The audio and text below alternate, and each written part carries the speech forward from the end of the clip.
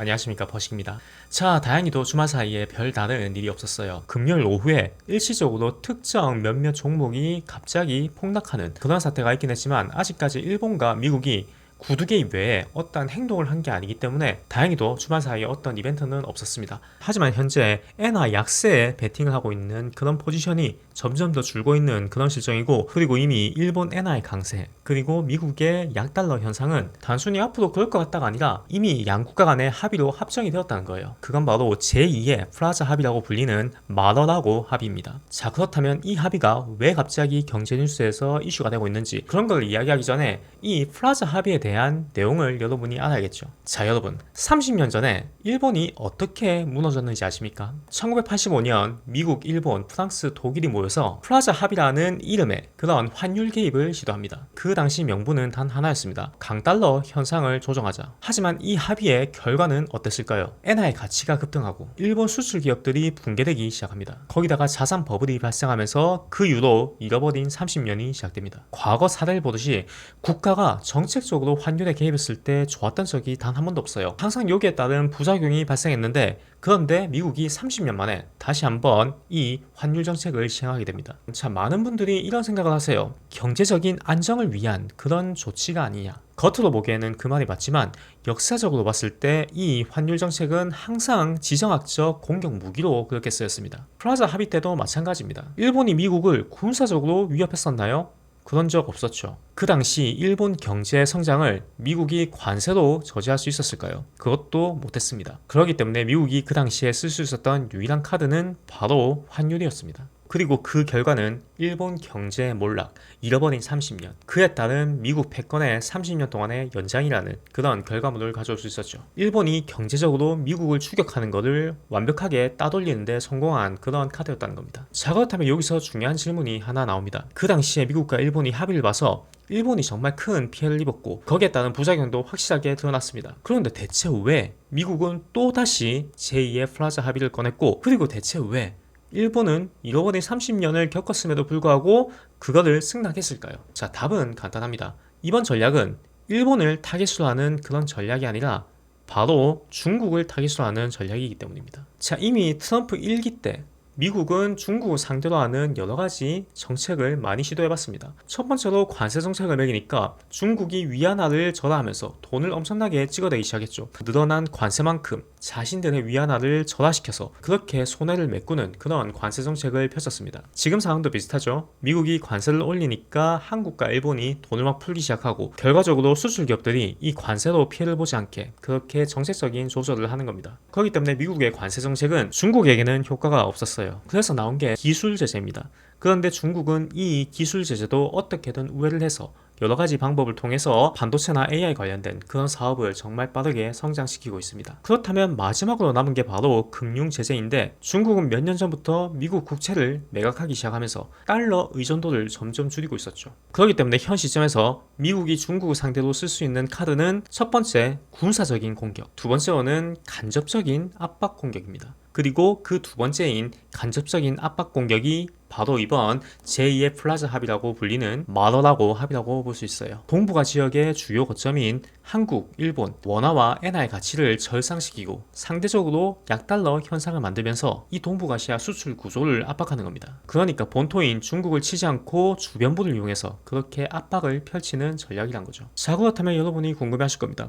엔화가 올라가는데 왜 중국이 피해를 보는가? 왜 중국 위안화가 타격을 받는가? 이렇게 질문하실 건데, 기본적으로 동북아시아, 중국, 한국, 그리고 일본은 어느 정도 환율이 동조화되어 있어요. 서로 간의 중간재를 무역으로 주고받는 횟수가 많기 때문에 이 세 국가는 어느 정도 환율이 연결되어 있는데, 일본 엔화의 가치를 올리면 자연스럽게 한국의 원화, 그리고 중국의 위안화도 같이 따라 올라가야지 글로벌적인 무역 불균형이 발생하지 않는다는 거죠.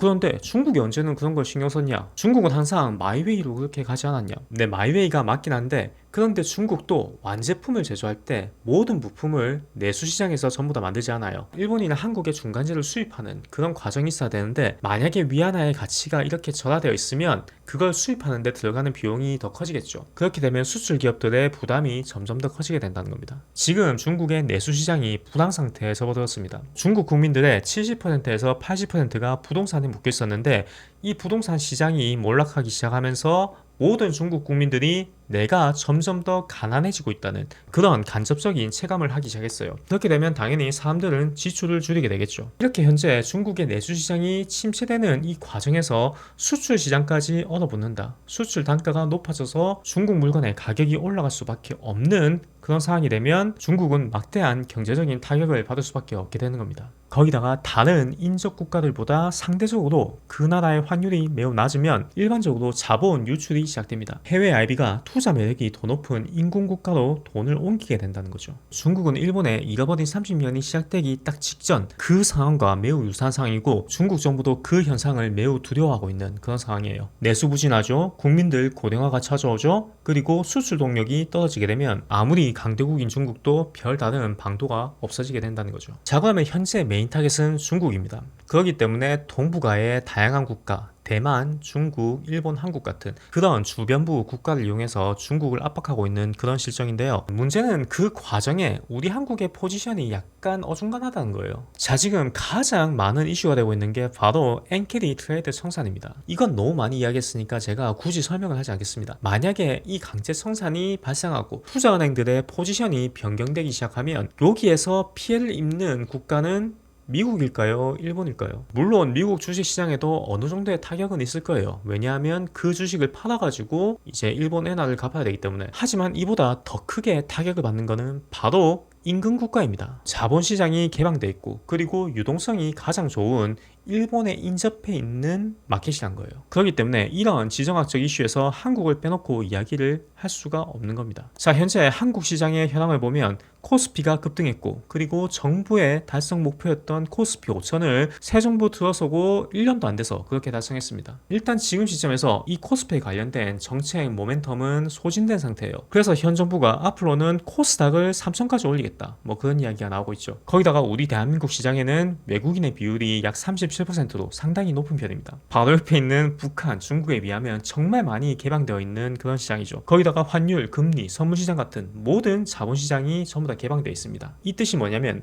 한국의 펀더멘탈이 나빠서 위험한 게 아니라 한국 자본시장의 상황이 좋기 때문에 중국을 견제하고 완충제 역할을 할 수 있는 그런 시장으로 매우 적합하기 때문에 한국 시장이 타격을 받을 수 있다는 겁니다. 그러니까 이번 합의로 인해서 엔화의 가치가 격상하고 약달러 현상이 발생하게 될 때 코스피나 코스닥으로 돈이 이렇게 몰리는 그런 현상이 아니라 이때가 저점 매집, 달러를 저점 매집할 수 있는 기회라 생각해서 해외로 나가는, 해외 유출되는 자본이 훨씬 더 많아질 수 있는 그런 상황이 될 수도 있다는 겁니다. 그리고 엔캐리 트레이드 포지션을 변경할 때도 상대적으로 수익이 많이 났던 한국 원화 기반의 자산을 먼저 매각해서 수익을 확정시키고 싶은 그런 투자은행이 늘 거란 말이죠. 왜냐하면 일단 한국 정부의 목표였던 코스피 5천이 달성됐기 때문에 이상 올라가는 거는 힘들 수도 있다. 이제부터 수익 실현을 하는 그런 은행이 많아질 수 있다는 겁니다. 자, 그런데 여기서 핵심은 미국이 전략적인 카드를 꺼내들었다 해서 그게 항상 성공하는 게 아니에요. 특히나 지금처럼 트럼프 2기가 중간선거에서 패배하게 되면 뭐 탄핵될 수 있다,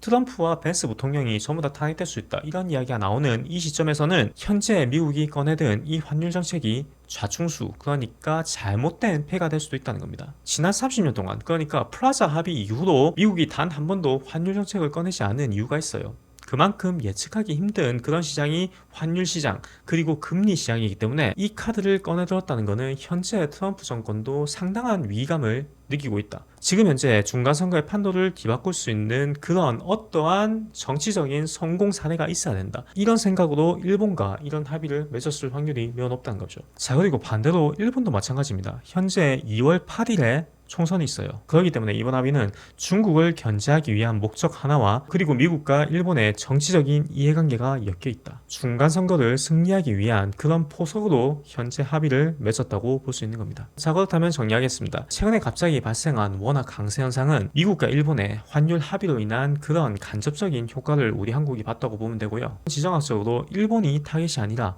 중국을 타겟으로 하고 있다. 하지만 그 과정에서 우리 한국이 중국보다 먼저 타격을 받을 수 있는 그런 구조로 짜여져 있다. 그리고 이 모든 환율 패권은 이미 짜여진 판에 의해서 흘러가고 있고 단지 언제부터 시작할지 그런 시기의 문제일 뿐이다.